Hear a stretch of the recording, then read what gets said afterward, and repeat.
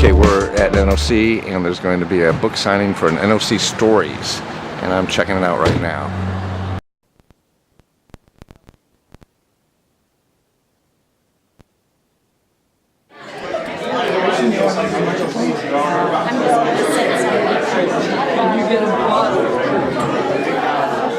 Many people will help you. Yes. I would like to get started if we could get it quieter. I'm almost deaf and it sounds horrendous to me. I think probably at least 90% of the people here are either current or former NOC employees, so they know who I am. But for the other guests, I'm Payson Kennedy, and I've been here now for 46 years. About 25 years I was in charge of things. And then John Burton followed me in charge, and then Bunny, where's Bunny? There she is. And we have the three primary leaders here. 28 years, up until the turn of the century.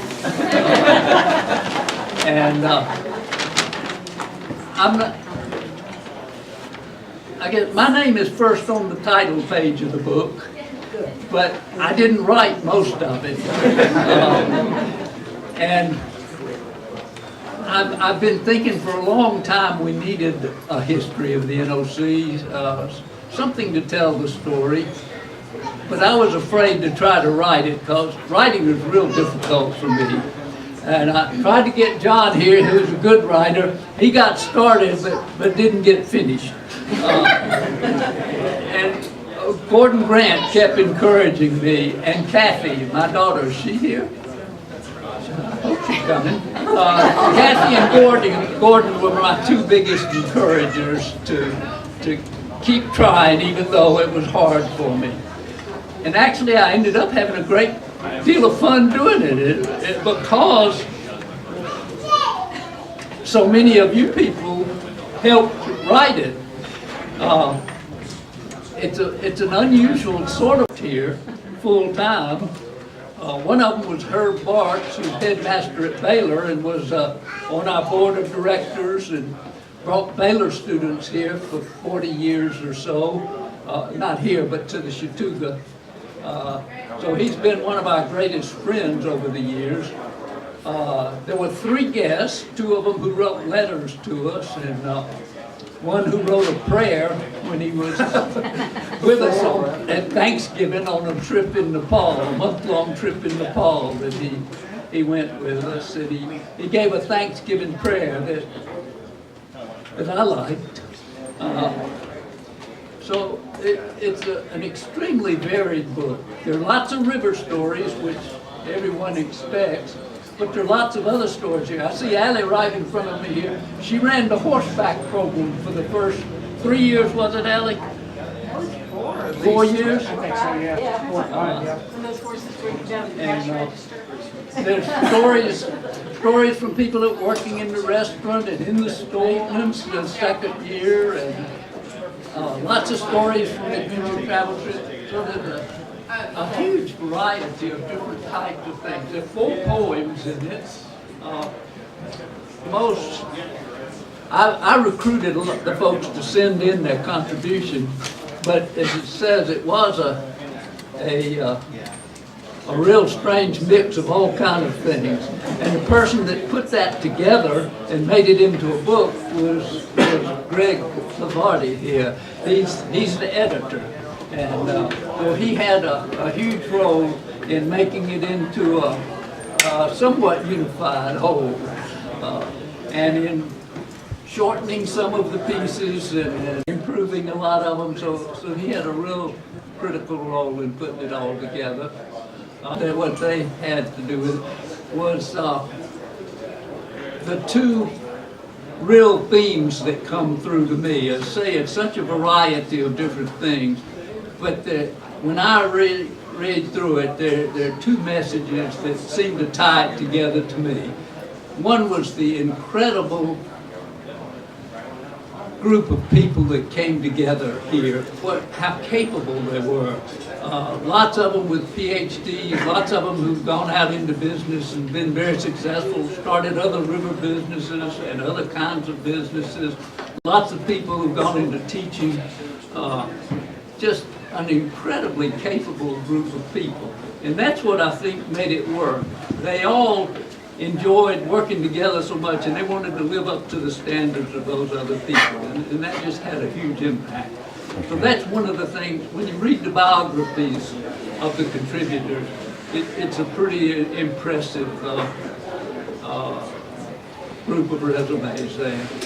The other theme that comes through strongest to me is how the NOC was even more a community than it was a business. We always realized we had to make a profit in order to survive. But that was never the goal. It was just the means to our survival and the achievement of our other goals. And foremost among those other goals, I think, was the community.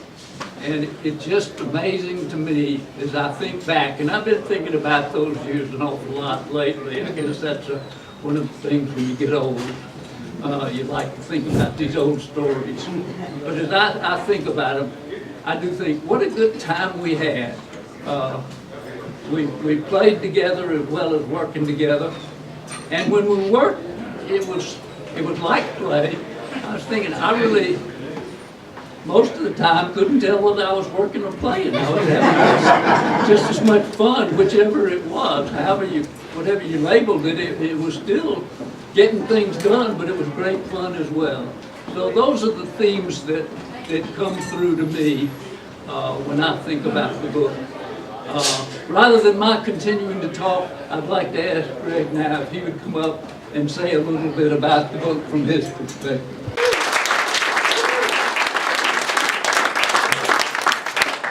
I have to say this is the most well-attended reading for a small press book, maybe in the history of the industry. Get some of y'all, because I had no idea. I just edited your work, but I didn't know who most of you were. So it's kind of neat to put that together. And I have to say, when Payson came to me with this and told me he was going to get people to send in stuff, old staff, I had thought he was going to write the history himself. I was going to do a little work on it and we'd be done. I was completely wrong. When he said he was going to get people to submit, I thought, yes, no. I don't think you're going to get enough people to get a book out of that.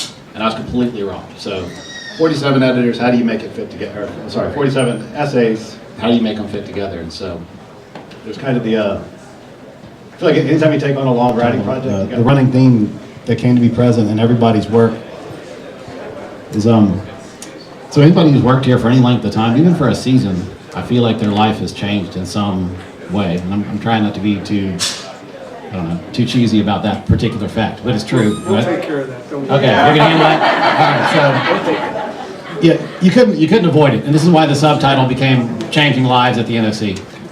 You know, some people that contributed only worked here for a season, but they still remembered it after all that time working here in like 1974. Some people have been here their entire lives, you know, their entire working life, and so there's a great mix in there. But I think the importance of seeing people's lives change as they sort of connect to the outdoors and doing it through this particular place is a running theme. So I think it's very important.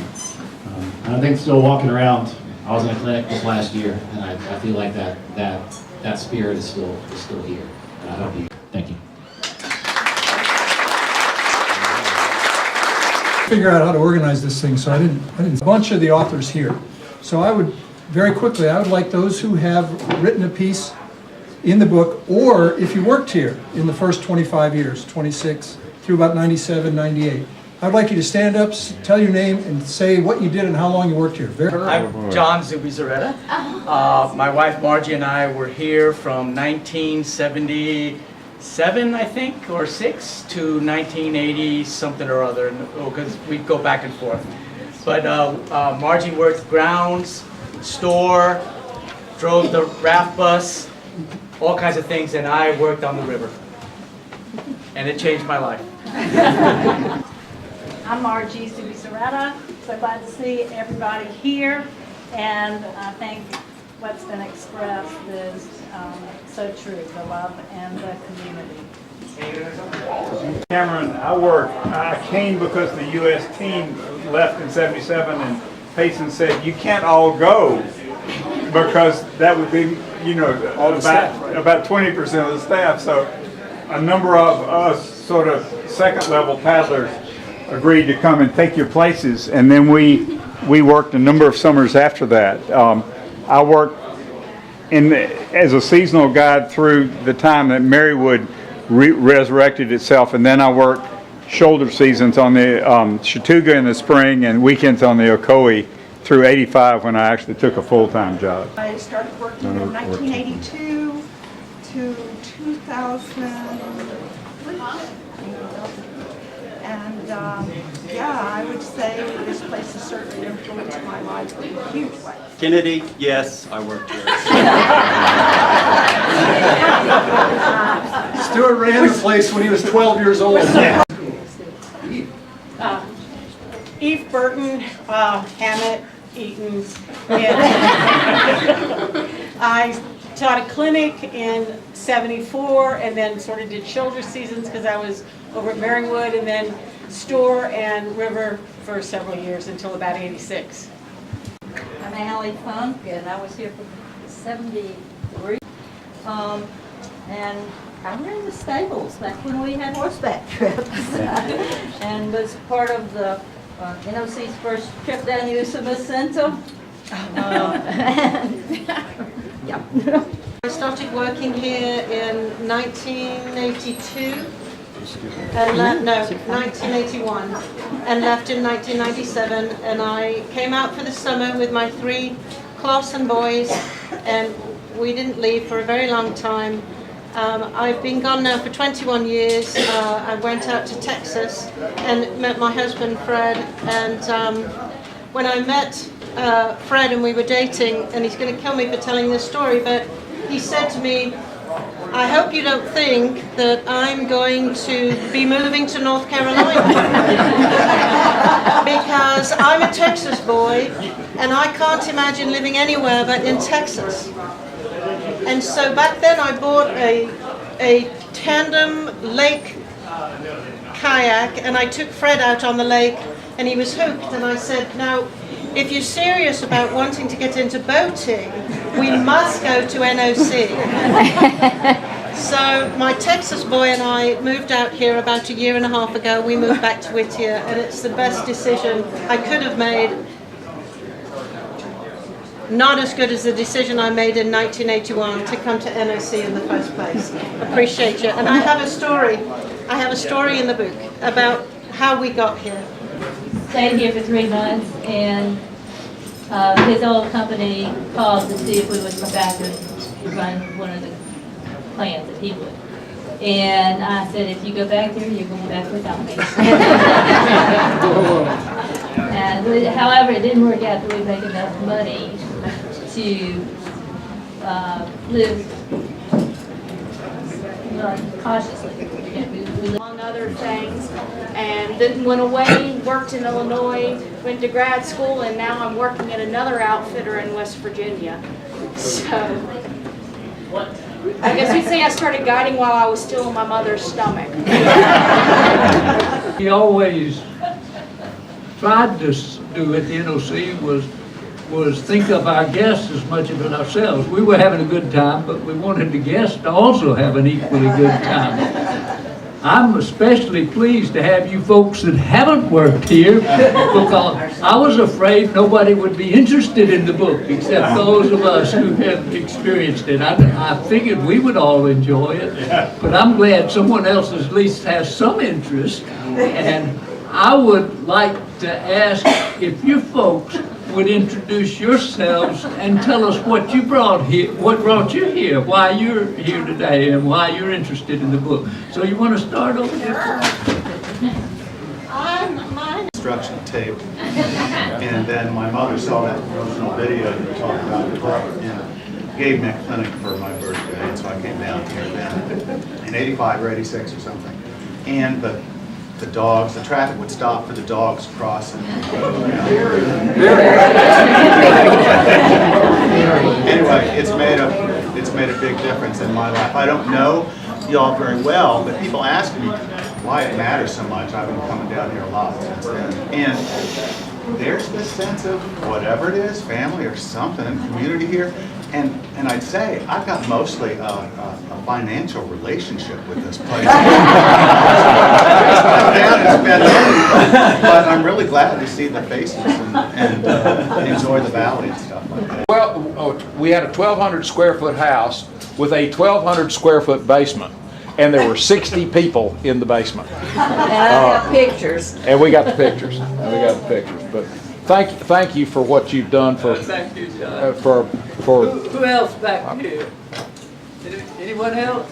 Who's our photographer? Make a proposal. I had planned to ask John and Bunny and Philip and Kathy and a couple of the other authors if they would either read a little bit of their selection or say, we've kind of used up the time and it's been fun. Some people may want to go on. What I would suggest is that we don't do that, but instead we adjourn and we go up to Kleinrath and have a great time visiting one another and eating. And all of you folks are invited. We hope everyone will come. I'll give it to you. So I hope that will be all right with folks if they don't do just what we planned. I did want to mention one other thing. There's two people who are not here. One is Horace Holden, who I thought would be here with his son Howard, who wrote one of the stories. Horace really started the NOC. He bought the property here and invited Aurelia and I, we were old friends. He invited us to come and manage it for him that first summer in 1972. The following year, we sold our house, resigned our jobs, and became partners with him. But Horace was the guy who got it started. And I'm sad that he is not able to be here today. I thought he was going to. The other person is Aurelia. Now I'm getting choked up. Aurelia has Alzheimer's. And Jim Holcomb is nobly sitting with her so that Kathy and Stuart and Jennifer and I could come over. But she loves, well, she doesn't say much anymore, but she enjoys seeing people she recognizes, and she usually smiles. If any of you have a chance to stop by sometime and visit with her, I would appreciate it. I'm sorry she can't be here and that Horace can't be here. I'm about done for, John. You finish up. Has agreed, he doesn't know he's agreed, to sign books if you would like up at the Kleinrath. But you got to buy your book first, then you can sign it. Or any of the other authors here, I would presume, would be happy to sign their place. Yeah, so bring your books up there, gather up at Kleinrath now, and we'll... And anybody who's not going to look at it, there you go. Thank